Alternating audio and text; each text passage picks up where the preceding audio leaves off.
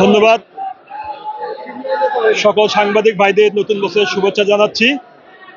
সেই সাথে আমার প্রাণপ্রিয় সংগঠন ছাত্রদলের সমস্ত নেতাকর্মী ভাই বোনদেরকে নতুন বছরের শুভেচ্ছা।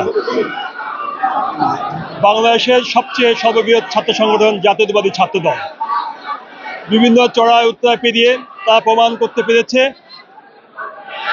ছাত্রদলই একমাত্র সংগঠন, যে সংগঠন কোনো অন্যায়ের সাথে আপোষ করে না, যে সংগঠন জাতির দুর্যোগময় মুহূর্তে, জাতির ক্রান্তিকালে সবসময় হাল ধরেছে এবং জাতিকে সে দুর্যোগময় মুহূর্ত থেকে উদ্ধার করেছে এবং বিজয় অর্জন করেছে।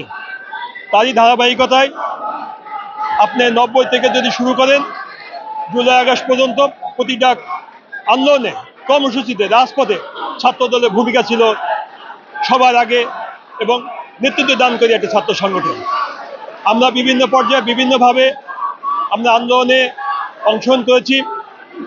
আমাদের ছাত্র সংগঠনে সবচেয়ে বেশি সংখ্যক নেতাকর্মী শহীদ হয়েছেন, সবচেয়ে বেশি সংখ্যক নেতাকর্মী আহত হয়েছেন এবং বিগত 17 বছরের যে গণতন্ত্রের জন্য যে আন্দোলন, গণতন্ত্র প্রতিষ্ঠার যে আন্দোলন, জনগণের ভোটের প্রতিষ্ঠার যে আন্দোলন, সেই আন্দোলনে অসংখ্য মামলা মোকদ্দমা ছাত্র নেতাকর্মীরা বেশি ভোগ করেছেন। সুতরাং কে কি বলল সে ব্যাপারে আমরা মাথা ঘামাবো না। জনগণ কি বলল সেটা আমাদের কাছে ধর্তব্য বিষয়। জনগণই জানে বিগত আন্দোলন সংগ্রামে ছাত্রদলের ভূমিকা কী ছিল। জনগণই রায় দেবে আগামী দিনে ছাত্রদলের ভূমিকা কোন পর্যায়ে থাকবে, কোন স্থানে থাকবে।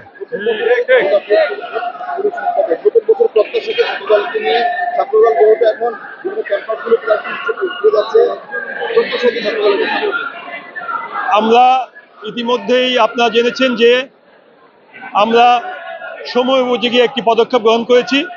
আমাদের ছাত্রদলের সভাপতি রাকিবুল ইসলাম রাকিব, সাধারণ সম্পাদক নাসিরুদ্দিন নেতৃত্বে বাংলাদেশের সমস্ত শিক্ষা প্রতিষ্ঠানে ছাত্রদের নেতৃত্বে নতুনভাবে ছাত্রদলকে আমরা সুসংগঠিত করতে চলেছি এবং আমাদের কেন্দ্রীয় কমিটিকে সেইভাবে বিভক্ত করে ভাগ করে বিভিন্ন কলেজ এবং জেলা ইউনিটে দায়িত্ব দিয়েছি।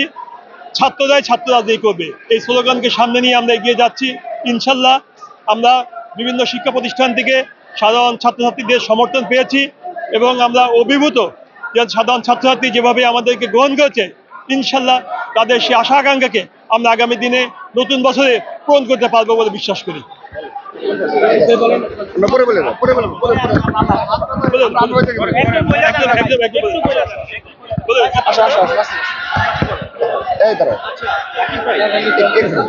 আগামীতে যদি